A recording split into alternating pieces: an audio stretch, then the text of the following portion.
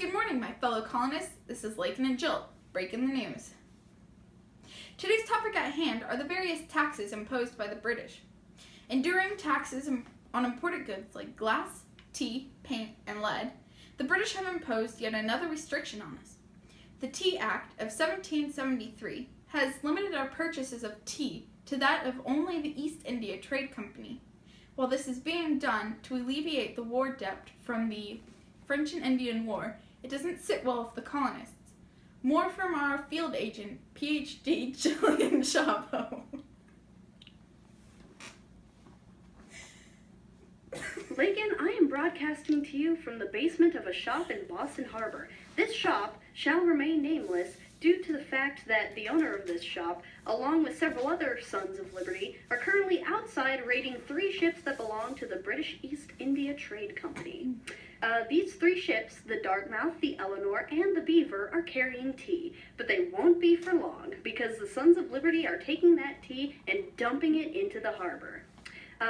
By the end of the night, they are projected to have broken open and dumped 342 chests of tea into the harbor, leading to a net loss of about 10,000 euros.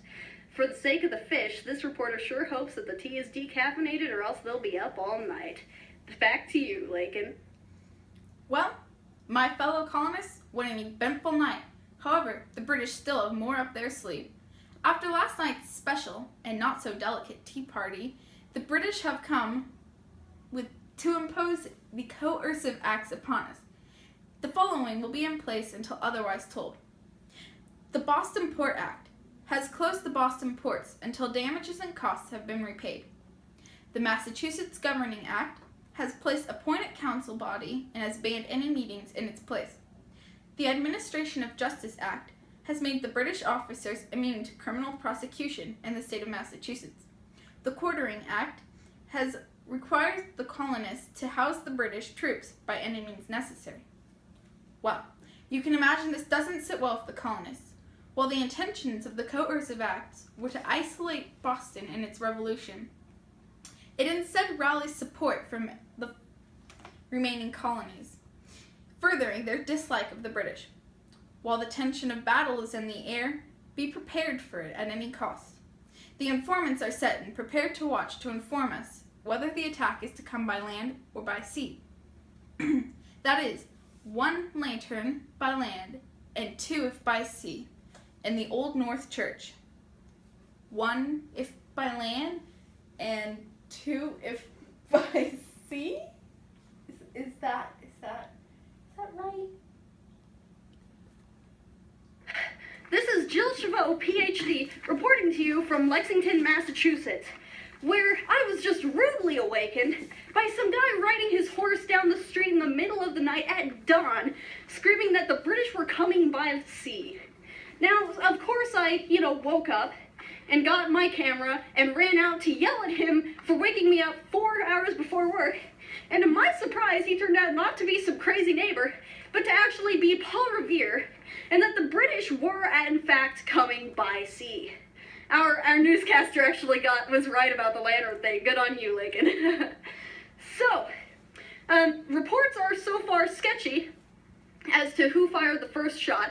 However, regardless of who pulled the trigger, it will henceforth be known as the shot heard around the world.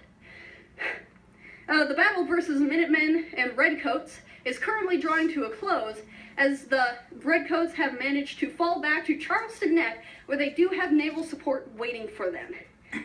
And the Minutemen have not, as of yet, proven to be particularly good marksmen, as the Minutemen have sustained much heavier losses than the British at this point in time. However, they plan to make them pay for every life. The American Revolution has begun. Hold on a moment. It appears the battle is not quite as over as I originally thought. Oh my god! Well, as we send someone to check on our reporter, let's get back to the news.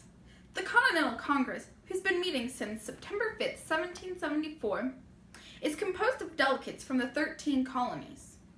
In the response of the British recent actions that have brought us to a point of revolting, The Continental Congress will continue meeting through these tough times as we settle the conflict with the British. The meeting has members such as George Washington, John Adams, and John Jay. It would seem that our Times are currently drafting what appears to be the Declaration of Independence. More from our field agent, Jillian. Jillian, what do you see right now?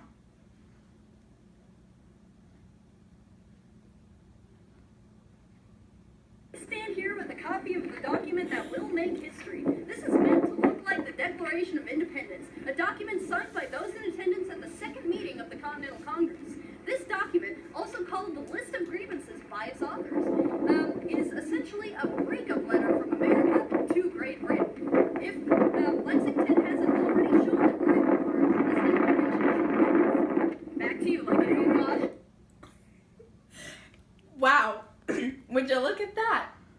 My fellow revolutionists, we have in fact declared war with Great Britain.